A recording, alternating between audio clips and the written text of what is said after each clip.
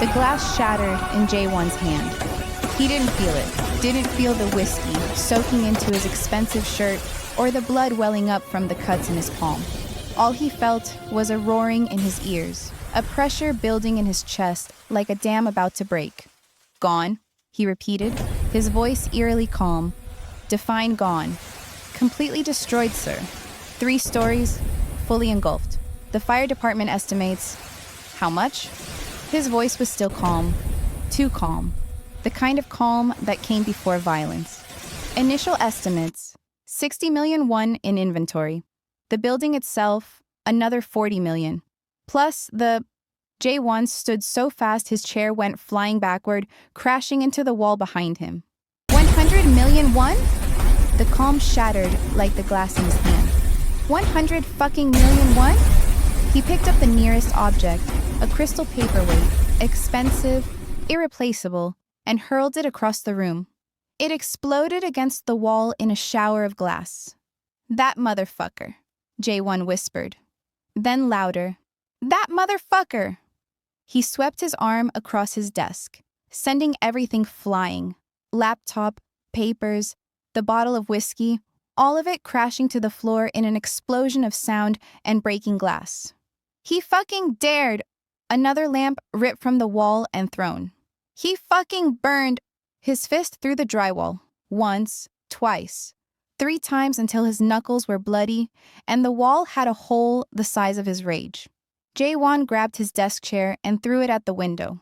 The glass spiderwebbed but didn't break. Bulletproof. Reinforced. Because men like Jae-won always had enemies. Fuck! He screamed it at the cracked glass, at his reflection fragmented in 100 pieces. Fuck you, Minjay! Get the car, Jae-won said to Kwon, his voice deadly calm again. We're moving up the timeline. Sir? Jae-won's smile was terrifying.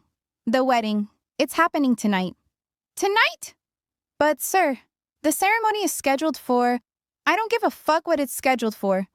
The rage burst through again. He wants to play? He wants to burn my shit? Fine. We'll see how he likes it when I marry his precious little dancer, and there's nothing he can do about it. He was moving now, stalking toward the door. His platinum blonde hair wild, his face flushed red with fury, blood dripping from his hand onto the expensive carpet. Call everyone, elders, officiant, everyone. Tell them the wedding is tonight, not negotiable. Anyone who doesn't show up, kill them. Sir, that's... Now, Kwon. Kwon pulled out his phone, already dialing. Jae-won was in the hallway now, his guards scrambling to follow him as he stalked toward Jade's room. His mind was racing, spinning with fury and panic and something else, something that felt uncomfortably like fear, but that he refused to acknowledge. Minjay had outmaneuvered him, actually fucking outmaneuvered him. He reached Jade's door and didn't bother knocking. The lock clicked. He had keys to every room in his compound, of course, and he slammed the door open so hard it bounced off the wall. Jade was on the bed, curled up in the simple tank top and loose pants she'd been wearing for days. Her natural hair a messy halo around her face. She jumped at the sound, scrambling backward against the headboard, her dark eyes going wide with fear. Good. She should be afraid. Get up, Jae-won snarled. She just stared at him, her gaze taking in his disheveled appearance, the blood on his hand, the manic energy radiating off him like heat. I said get up. He crossed the room in 3 strides, grabbed her arm, and hauled her to her feet. She cried out, trying to pull away, but his grip was iron. What's happening? What's wrong with you? What's wrong? He laughed, wild and bitter. Your savior just burned down my warehouse. 100 million won, gone. So we're moving up the schedule. He released her arm and walked to the closet, throwing it open. Inside, hanging in pristine perfection, was the wedding dress. Custom-made, obscenely expensive, white as snow, and fitted to her exact measurements that he'd obtained through means she didn't need to know about. He ripped it off the hanger and threw it at her. Put it on. Jade caught the dress instinctively, staring at it in her hands like it was a snake. What? Are you fucking deaf? Put it on. We're getting married. Tonight. Now. Tonight? Her voice was rising, panic bleeding through. No.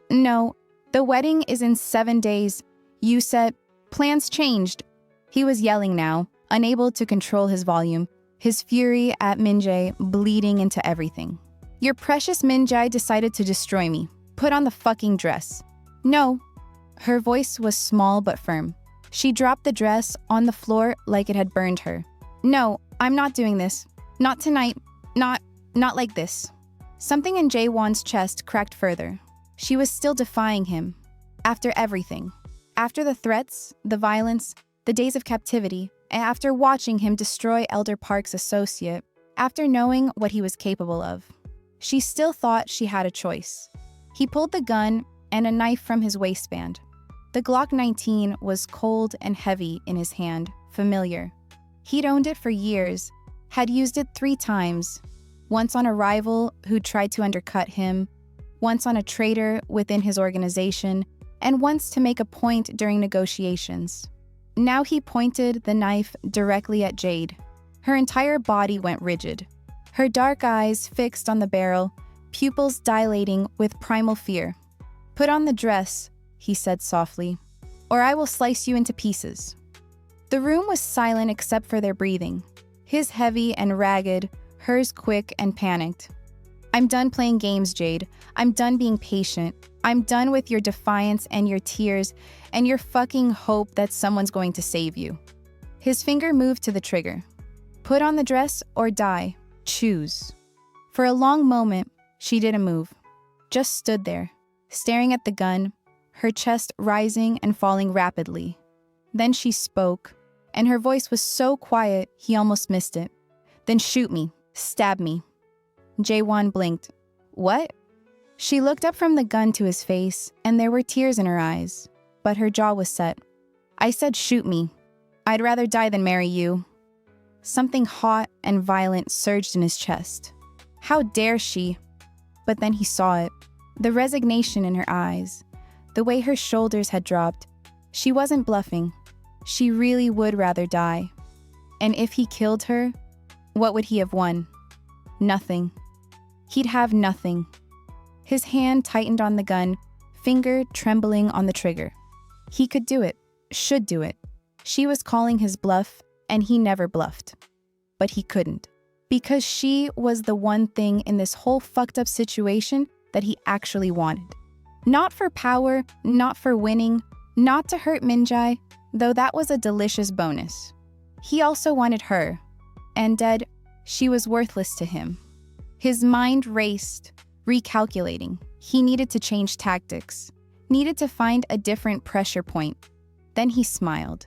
Slow and cold and terrible. He lowered the gun slightly, pulled out his phone with his other hand. You don't mind dying, he said conversationally. Okay, I respect that. That takes courage. He pulled up his photo gallery, turned the phone toward her. But tell me, Jade, do they mind dying? The photos were crystal clear. Surveillance quality, professional. Her mother, carrying groceries into their small house in Cape Town.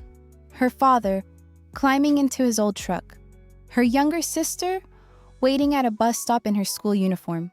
Her brother, barely 16, playing football with friends in their neighborhood. All of them. Her entire family, going about their normal lives, completely unaware they were being watched by criminals on another continent.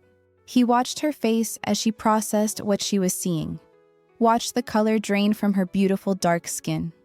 Watched her eyes go wide with horror. No, she whispered. Yes. He pulled the phone back, scrolled through more photos. Your mother goes to the market every Wednesday at 2 p.m. Very predictable. Your sister walks home from school alone. Dangerous neighborhood, that. Lots of crime in Cape Town. Your father's truck, old brakes, would be so easy for them to fail at the wrong moment. And your brother... Stop! Her voice cracked. Stop, please. Your family's alive and safe right now, Jae-won continued, his voice almost gentle.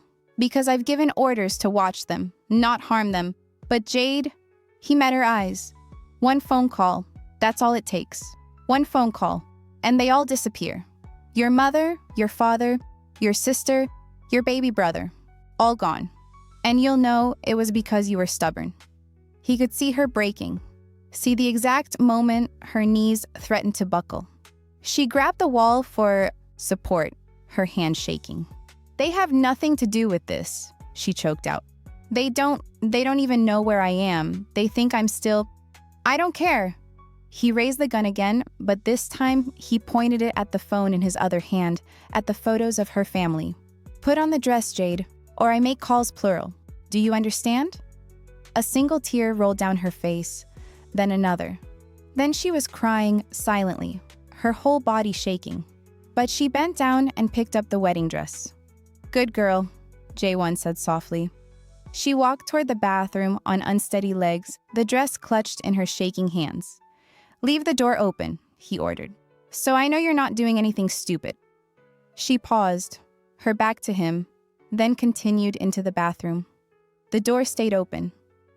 Jae-won lowered the gun finally, his hand aching from gripping it so tightly. His other hand, the one he'd cut on the glass, was still bleeding, dripping onto his expensive shoes. He didn't care.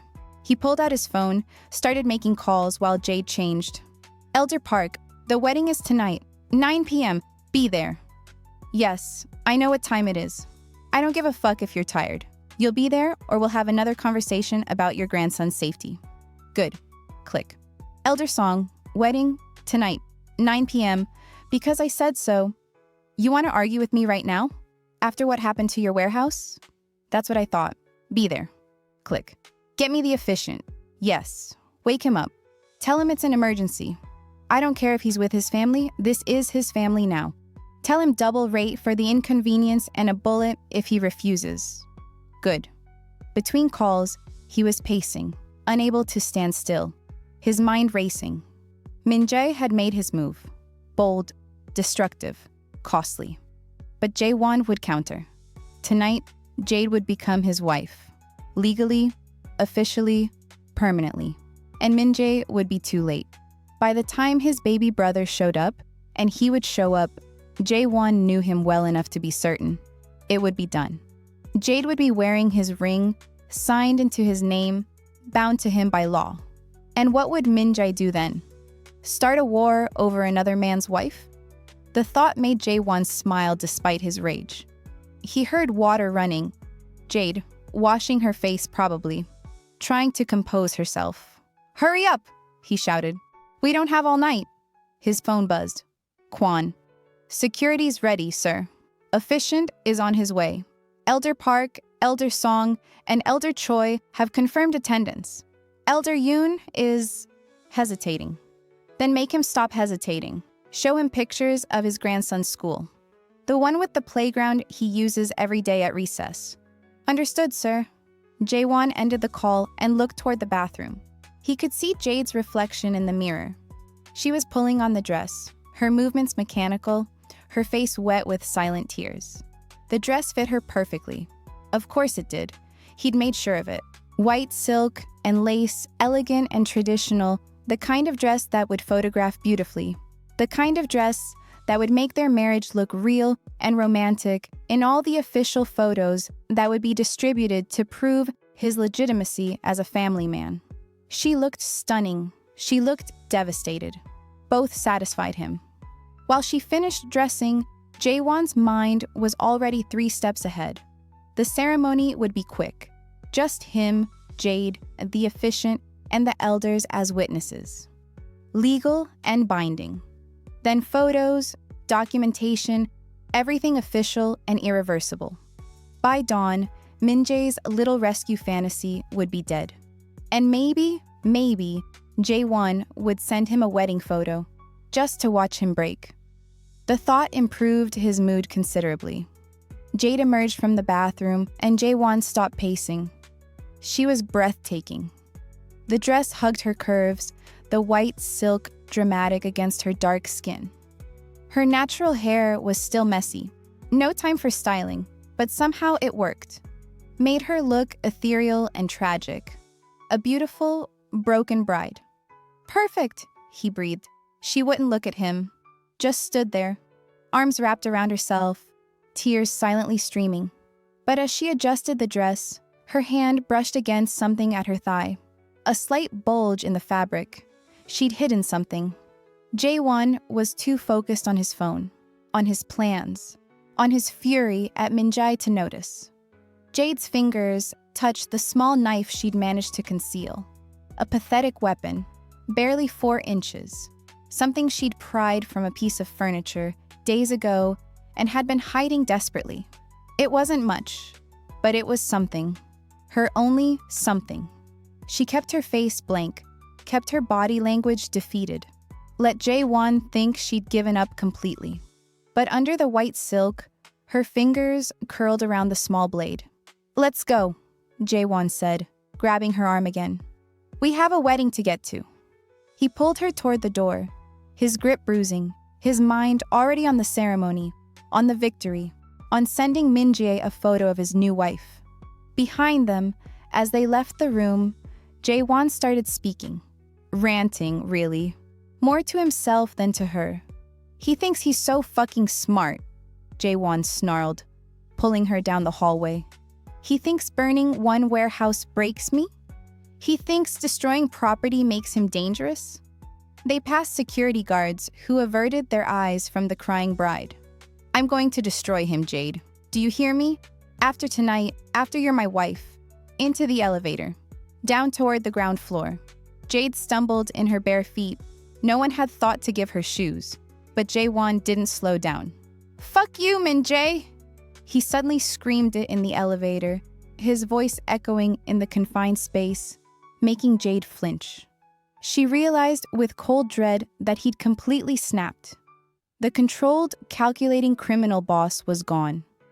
This was someone unhinged, desperate, dangerous in a new way, which meant tonight was going to end in blood. She just didn't know whose. But wait, if you haven't been following this series, you need to stop right now and go watch it first. Link is in the description below. You have to see Minjay burn down that warehouse and cross that line for the woman he loves before you understand what happens next. And if you are new to this community, hit that subscribe button now. We love you. Pause for a second. Comment below the time you're watching this and your location. Minjay stood in the parking lot across from the burning warehouse, phone pressed to his ear, watching the flames paint the Seoul sky orange. The voice on the other end was panicked, one of his informants inside Jae-won's organization, a low-level guard he'd been paying for information for 2 years. "Sir, you need to know, Jae-won just went insane. He's moving up the wedding. Tonight. He's forcing her to marry him tonight." Minjay's jaw tightened, but his voice was calm. "I know. You know, but sir, how?" "Because I know my brother." Minjay watched a section of the warehouse roof collapse in a shower of sparks. "I always knew burning the warehouse wouldn't make him let her go." "Then why?" "Because this was never about making him let her go." Minjay's voice was cold, emotionless. This was about hurting him, making him feel something, making him understand that I'm not the same person who left 7 years ago. He ended the call before the informant could respond. His phone immediately rang again. "Advisor Shim." Minjay answered, "I'm on my way." "On your way where?" Advisor Shim's voice was tight with worry. "Minjay, what did you do?" "The news is reporting a massive fire at..." "I know, I was there." He walked toward his car, his movements efficient and cold. "Meet me at the safe house. I need weapons." "Weapons?" Advisor Shim's voice rose. "Minjay, what are you..." "He's marrying her tonight. I'm going to stop him, with or without your help." Minjay got in his car, started the engine. "Safe house. 20 minutes. Bring everything we have." "Minjay, wait, have you secured the council votes? Do you have the political backing to..." Something inside Minjay snapped. "Fuck the elders." His voice was raw, violent. "Fuck the rules. Fuck the political games. Fuck all of them." Advisor Shim was silent, shocked. Minjay's breathing was heavy, his knuckles white on the steering wheel. When he spoke again, his voice was quieter, but somehow more terrifying. "I spent 7 years hiding and being scared, And you know what I have to show for it? He laughed bitterly. Elder Park's too scared to vote for me because Jae-won beat his friend bloody. Elder Song's business is destroyed. Elder Choi's daughter is being stalked. And Jade has been locked in a room for days, bruised and terrified, counting down to a forced marriage. His voice broke slightly on her name. The rules don't work, Advisor Shim. Not against someone who has no rules. So I'm done. No more politics, no more honor, no more waiting for the right way. Minjay, he wants blood for blood? Minjay's voice went deadly cold. That's what he'll get. I'm going to face him, one-on-one, tonight. And only one of us is walking away. That's suicide. Then I'll die knowing I tried, Minjay was shouting again. I'll die knowing I didn't just sit back and let him win because I was too fucking honorable to get my hands dirty. Minjay, please just... Safe house. 20 minutes. With or without you, I'm going. He hung up. His hands were shaking on the wheel. Not with fear, with rage. With 7 years of suppressed fury finally erupting. He'd known. Of course he'd known burning the warehouse wouldn't make Jae-won release Jade. His brother didn't negotiate, didn't compromise. When cornered, Jae-won doubled down. Minjay had known that moving against Jae-won would accelerate everything. But he'd done it anyway. The woman he loved was still captive. His brother still held all the power. The council still bowed to violence instead of reason. So fuck it. Fuck all of it. If the only language Jae-won understood was violence, then Minjay would speak it fluently. He drove through Seoul's empty early morning streets, his mind eerily calm now, despite the rage burning in his chest. This was always how it was going to end. He'd known that too, deep down. You couldn't defeat a monster with honor. You could only become a monster yourself. The safe house was dark when he arrived. A nondescript warehouse in the industrial district. He'd purchased it 2 years ago under a shell company, stocked it with everything he might need for an emergency. That day was today. He was inside for less than 5 minutes when headlights cut through the darkness. Advisor Shim's car. The old man got out slowly, carefully, carrying a metal briefcase that looked heavy. They met in the middle of the empty warehouse floor. Advisor Shim looked at Minjay, really looked at him, and whatever he saw made his weathered face sag with sadness. You've made up your mind. I have. I can't talk you out of this. No. Advisor Shim set the briefcase on a nearby crate, opened it with a soft click. Inside, 2 handguns, ammunition, 3 grenades, a tactical vest, a knife. Minjay stared at the weapons. In the last 7 years, he'd barely touched a gun. He'd been so determined to be legitimate, to be different from his brother, that he'd rejected everything connected to that old life. Now he reached in without hesitation. The Glock was cold and heavy in his hand, familiar in a way that made his stomach turn. He checked the magazine. Full. Good. Minjay. Advisor Shim's voice was soft. Are you sure you're handling this the right way? Minjay loaded a round into the chamber, set the safety. There is no right way, not anymore. Minjay picked up the second gun, checked it, tucked it in his waistband. Do you even remember how to use these? Advisor Shim asked quietly. It's been 7 years since... Minjay looked at him, and his smile was terrible. I'll figure it out today. He headed for the door, weapons strapped to his body, looking more like his brother than he'd looked in 7 years. Minjay, Advisor Shim called after him. At least tell me you have a plan? Minjay paused at the door, his wine-red hair catching the dim light. The plan is simple. I'm going to my brother's compound. I'm going to get Jade, and I'm going to end this. That's not a plan. That's suicide. Maybe. Minjay's voice was so calm it was frightening. But it's the only plan that ends with her free. So, it's the plan I'm using.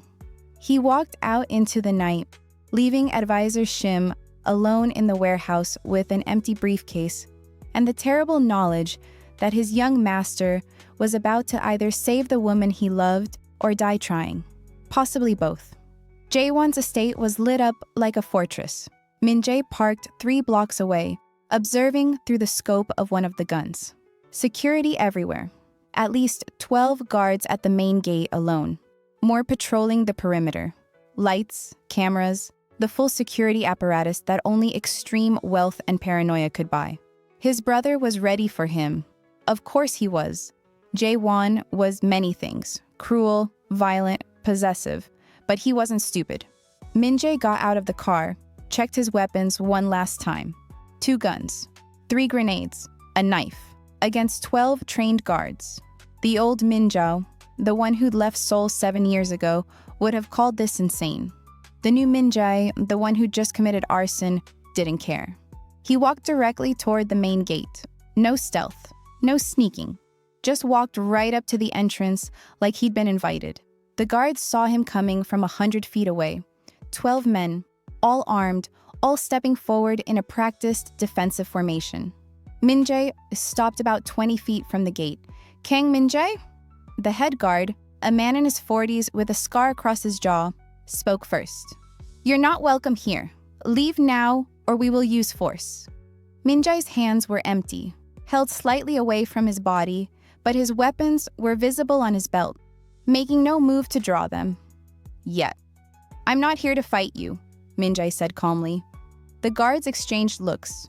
One of them laughed. "How long have you worked for Jae-won?" Minjay asked. The head guard frowned. "What?" "It's a simple question. How long?" A pause. 8 years. 8 years. Minjay nodded slowly. "And in those 8 years, what has he given you? Besides money?" "Besides money?" The guard laughed. "Money's enough." "Is it?" Minjay looked at each of them. "You've seen what he does to people who disappoint him. Elder Park's business associate, beaten until he couldn't walk, in the man's own home, in front of his family. Elder Song's warehouse, destroyed, millions of won in damages, dozens of employees out of work." The guards were listening now, even if they didn't want to. "You think you're safe because you're loyal? You're not. You're safe until the day you're not. Until the day you hesitate, or fail, or just bore him. What's your point?" The head guard snapped.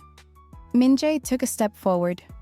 The guards tensed, hands moving to weapons. "Unless you're smart enough to pick the right side before it's too late. So here's your choice, gentlemen. You can shoot me now, stay loyal to a sinking ship, and go down with Jae-won when his empire collapses." He paused. "Or you step aside. Let me handle my brother, one-on-one, blood for blood like he wants. And when the dust settles, when Jae-won's reign is over, you'll have jobs in an organization that actually values you." The silence stretched. Minjay could see them wavering, could see the calculation in their eyes. Then the head guard smiled. It wasn't a friendly smile. "You make a good case, Minjay-nim." All 12 guards raised their weapons, pointing directly at Minjay. "Did you really think that would work?" The head guard laughed. "Did you really think you could just talk us into betraying Jae-won-nim?" Minjay's hands moved slowly toward his weapons. "Don't." The guard's voice was sharp. "You'll be dead before you clear leather." Minjay froze. Jae-won-nim isn't stupid, Minjay-nim. He knew you'd come. He told us exactly what you'd say. How you'd try to turn us against him with pretty words about choice and respect and legitimacy. The guard stepped closer. "And you know what he promised us if we stayed loyal? Double our current pay. Protection for our families. Guaranteed positions when he solidifies his control of the council." Another step. "But if we betrayed him, our families disappear, just like that girl's family in South Africa. Just like anyone who crosses him." Minjay's mind raced. He'd miscalculated. Badly. "The wedding you're trying to stop?" The guard smiled cruelly. "It's not even here." Minjay's blood went cold. "This whole compound is a decoy. As we speak, the real ceremony is happening across town. Jae-won-nim knew you'd come straight here like a fool, so he set you up. No. No, no, no. Jae-won-nim's orders were very specific. If Kang Min-jae shows up, kill him on sight. So..." The guard raised his gun, aiming directly at Minjay's head. "Any last words, little brother?" Minjay stared at the gun, his mind racing through options. He could draw, he'd be dead before he fired. He could run, they'd shoot him in the back.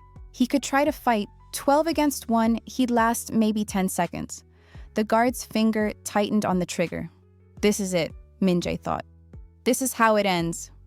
The explosion came from nowhere. 1 second, the guard was about to shoot him.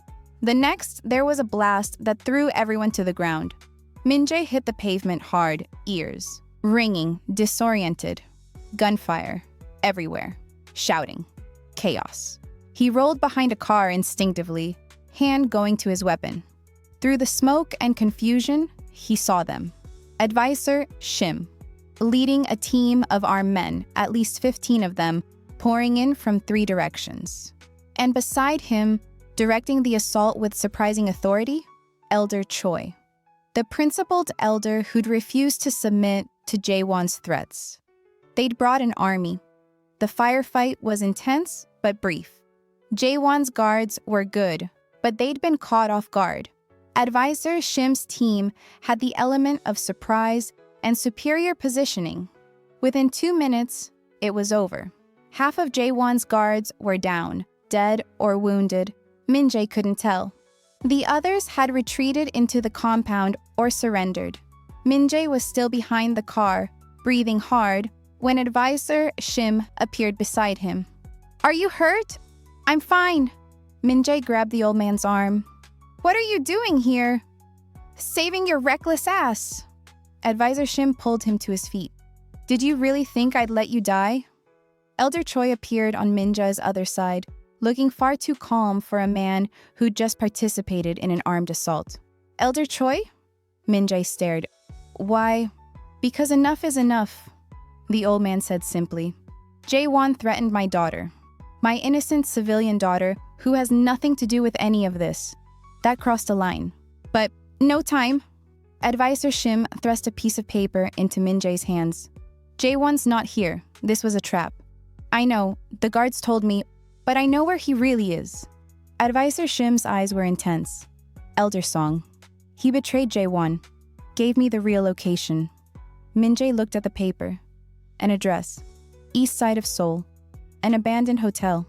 Jae-won moved the wedding last minute. Only his inner circle knows. But Song wants revenge for his warehouse. He told me everything. Gunfire erupted again. More of Jae-won's men coming from the compound. "Go!" Advisor Shim pushed Minjay toward the car. "We'll handle this. Come with me." "No." The old man's voice was firm. "Elder Choi and I will secure this location. Make sure none of Jae-won's men follow you. You go alone. It's faster. End this." Minjay hesitated, torn. Advisor Shim grabbed his face with both hands, forcing Minjay to meet his eyes. "Minjay, listen to me. This is the moment. This is what everything has been building to, but you have to remember who you are." His weathered hands were shaking. "Don't become him. Don't let this war make you into the monster you're fighting. Save her. But don't lose yourself." Minjay's throat was tight. "I'll try." "No." Advisor Shim's voice was fierce. "Promise me. Promise me you'll remember that honor means something, even when it's hard. Especially when it's hard." Minjay nodded, unable to speak. Advisor Shim released him. "Now go. Every second you waste is a second closer to her marrying him." Minjay turned to run. "Minjay!" The old man's voice stopped him one more time. He looked back. Advisor Shim smiled, sad and proud. "I'm proud of you, my boy. No matter what happens tonight, I'm proud of the man you've become." Something in Minjay's chest cracked at those words. He wanted to respond, to thank him, to say everything Advisor Shim had meant to him over the years. But there was no time. He ran. Behind him, gunfire erupted again as Advisor Shim and Elder Choi's team engaged with more of Jae-won's security. Minjay was already running when he heard a particular gunshot. He was turning, his body rotating back toward the sound, and he saw Advisor Shim standing 20 feet away, coordinating with Elder Choi, his eyes going wide. That look, shock, confusion, pain, all flashing across his weathered face in the span of a heartbeat. The old man looked down. Red blood, spreading across his chest. a bloom of crimson against his conservative dark suit, spreading fast, too fast, soaking through the fabric. Min-jae's eyes followed the trajectory. Behind Advisor Shim, partially concealed behind an overturned vehicle, one of Jae-won's guards. The man they'd thought was dead. The one who'd been lying motionless among the other bodies, playing dead, waiting. The guard's rifle was still raised, smoke curling from the barrel, and he was smiling. Time snapped back to normal speed. Advisor Shim fell. Not gracefully. Not like in movies where people sink slowly to their knees. He just dropped. His legs gave out all at once, his body pitching forward like a puppet with cut strings. No! The word ripped out of Minjay's throat, raw and agonized. Advisor Shim! He reached him just as the old man's knees hit the concrete. Caught him. Broke his fall. Lowered him carefully, even though every instinct screamed to just hold him. Keep him upright. Keep him alive. They ended up on the ground together, Minjay cradling Advisor Shim's head in his lap.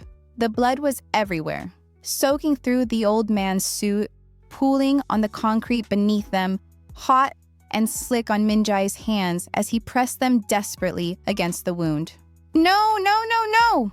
The words tumbled out, frantic, desperate. Stay with me! Stay with me! Elder Choi was shouting orders, his voice sharp with command. Get that shooter! Medic! We need a medic! Gunfire erupted as Advisor Shim's team returned fire on the guard who'd shot him. The crack of rifles, the shouts of men, the sounds of violence. Minjay heard none of it. There was only Advisor Shim. Only the man in his arms. Only the blood that wouldn't stop coming, no matter how hard Minjay pressed. You're going to be okay, Minjay said, his voice cracking. You're going to be fine. We'll get you help. We'll... Advisor Shim coughed. Blood came up. Dark red, almost black. It spilled from his lips, running down his chin. When he spoke, his voice was wet, bubbling, like he was drowning.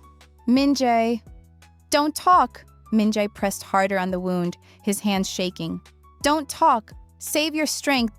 Advisor Shim's hand came up, weak, trembling. His fingers found Minjay's collar and grabbed it, but the grip had no strength. An old man's dying grasp. Listen. Each word was harder than the last. Each breath more labored. Minjay, you have to... go. I'm not leaving you. Yes. Sudden force behind the word, born of desperation. Save her. More blood. It was on Minjay's hands, on his arms, soaking into his clothes. So much blood. How could one body hold so much blood? I can't... Minjay's voice broke completely. I can't leave you like this. Don't... Advisor Shim's eyes were fading, the light in them growing dim. Don't waste... this... His grip on Minjay's collar was weakening. His hands starting to slip. Minjay grabbed it, held it tight. Please. Please don't do this. Don't leave me. I can't leave you. The words came out as a sob. You're my... everything.